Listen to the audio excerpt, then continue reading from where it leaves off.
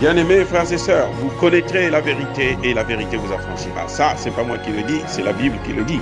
Mais moi, je vous dis bien, vous connaîtrez la vérité historique, notamment celle de vos ancêtres kémites, et vous aurez une vision globale de ce que c'est que la vraie souveraineté politique. J'ajoute, vous reviendrez à la spiritualité africaine ancestrale et vous comprendrez les enjeux de l'indépendance économique. Et pour terminer, vous accepterez votre identité culturelle kémite et vous obtiendrez deux choses. La première, c'est la paix. La seconde, c'est le développement, à une condition. L'unité de toute l'Afrique noire, l'unité de tous les Noirs du monde entier. Otep à tous, bienvenue sur la chaîne des panafricanistes par essence, par conviction et par excellence. Celle des citoyens kémites par nécessité et obligation de combat. Nous sommes une chaîne qui n'est guidée que par nos ancêtres et rien que par les ancêtres qui appartiennent à l'égrégore du monde noir. Par conséquent, nous ne croyons en aucun Dieu venu de l'étranger. Toutefois, cette vidéo n'est aucunement destinée à inciter à la haine ou à la violence, car nous menons un combat qui est d'abord et avant tout spirituel, intellectuel et démocratique. Ensuite, il est politique, géopolitique et géostratégique. Contre l'impérialisme, le colonialisme, le néocolonialisme et l'endocolonat, qui sont tous qualifiés de crimes contre l'humanité. Nous menons ce combat sur la base du principe fondamental que nous avons hérité de nos ancêtres kémites, qui est celui de la Mahat, c'est-à-dire solidarité, vérité et justice. Vous êtes donc en droit de connaître la vérité, et nous avons l'obligation de vous dire la vérité, rien que la vérité, afin que justice soit rendue au continent africain. Et ça, c'est notre modeste contribution dans cette noble lutte en faveur de la souveraineté, la dignité, la solidarité et l'unité africaine. C'est exactement ça que nous appelons le panafricanisme.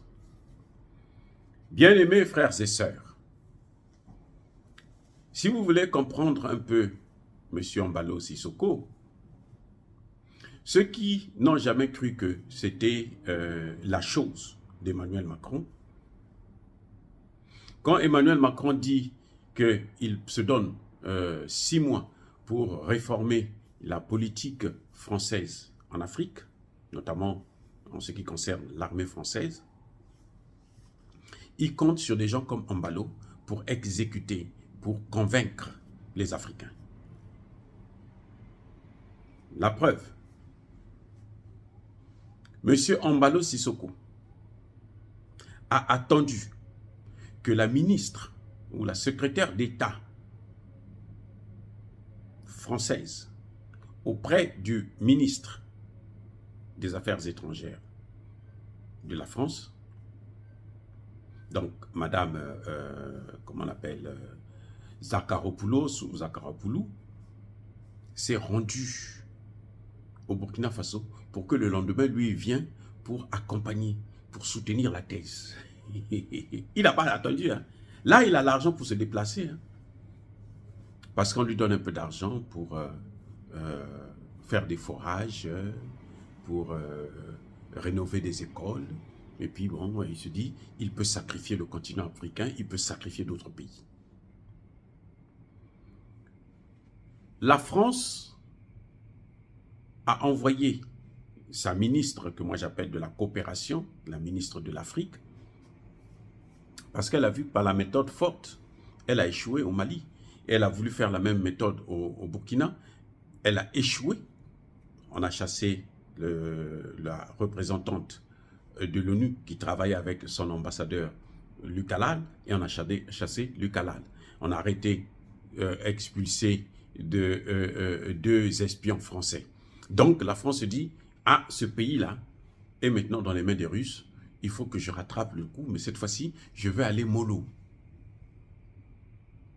Mais, ce que j'ai apprécié avec le président Ibrahim Traoré, c'est qu'il a affirmé à la représentante du gouvernement français, la ministre française, que moi, ce que je veux là, c'est le respect de ma souveraineté. il faut respecter la souveraineté du Burkina Faso. Il l'a dit. Vous voyez? Donc, et ça, le respect de plutôt de la souveraineté du Burkina Faso ne fait pas bon ménage avec la politique impérialiste, expansionniste et coloniale de la France. Tu ne peux pas respecter ta souveraineté et puis être un bon ami de la France. Un bon ami de la France, c'est-à-dire, c'est comme M. Embalo, où tout ce que la France te demande de faire, c'est ce que tu dois faire. Si la France te dit tu ne dois pas parler avec la Russie, tu ne parles pas avec la Russie. Tu ne dois pas coopérer avec la Russie, tu ne dois pas coopérer avec la Russie. Vous voyez, c'est incroyable. Donc, Ibrahim Traoré, en affirmant à la ministre française que lui, son problème, c'est la souveraineté. Si vous voulez travailler avec moi, il faut respecter ma souveraineté. C'est-à-dire, là, il est en train de dire, j'ai le droit de travailler avec les Russes, j'ai le droit de travailler avec les Chinois, j'ai le droit de travailler avec les Russes, de signer des partenariats, des accords. Et ça veut aussi dire que j'ai le droit de sortir de la zone franc.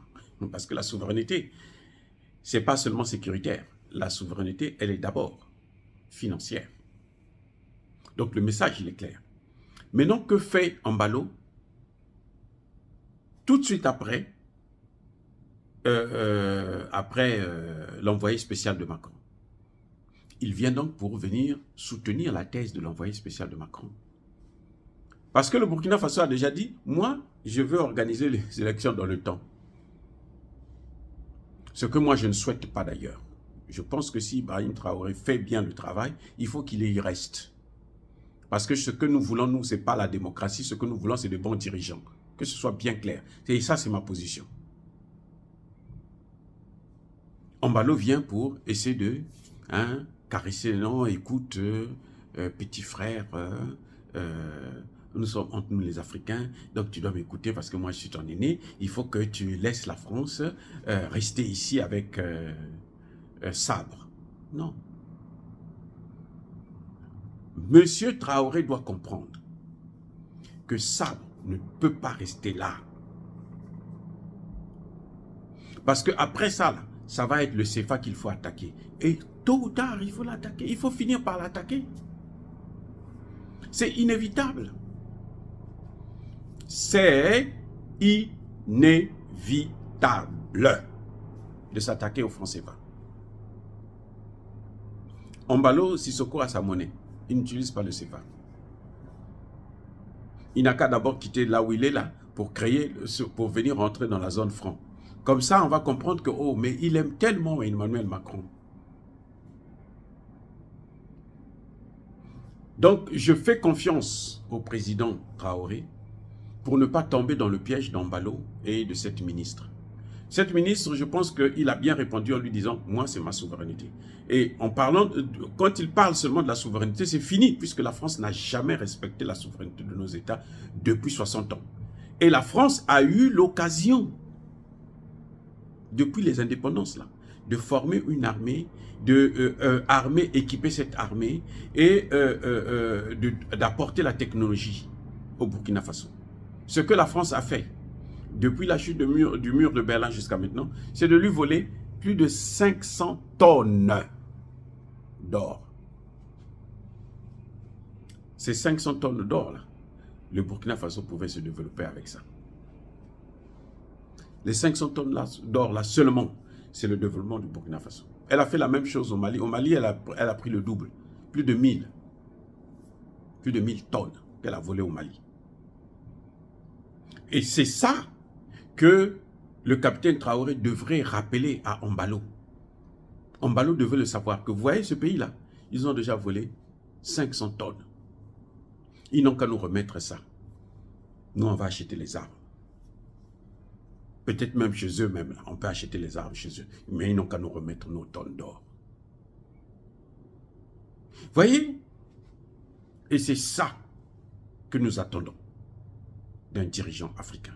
Mais j'ai confiance, j'espère que le capitaine Ibrahim ne va pas se laisser endormir parce que de toutes les façons, le peuple burkinabé est debout.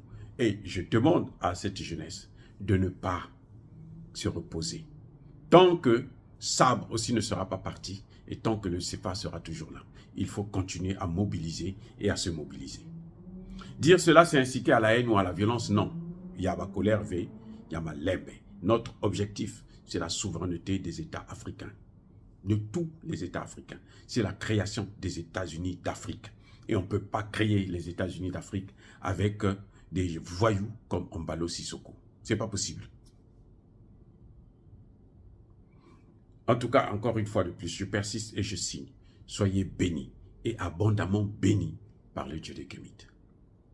Mais retenez une chose, que tous ceux qui persécutent le continent africain, tous ceux qui le déstabilisent et le pillent, qu'ils soient blancs ou noirs, nous demandons à ceux qu'ils soient neutralisés, punis, maudits, foudroyés par le Dieu des Kémites et par nos ancêtres angélisés. Vive l'Afrique éternelle. J'ai dit et j'assume.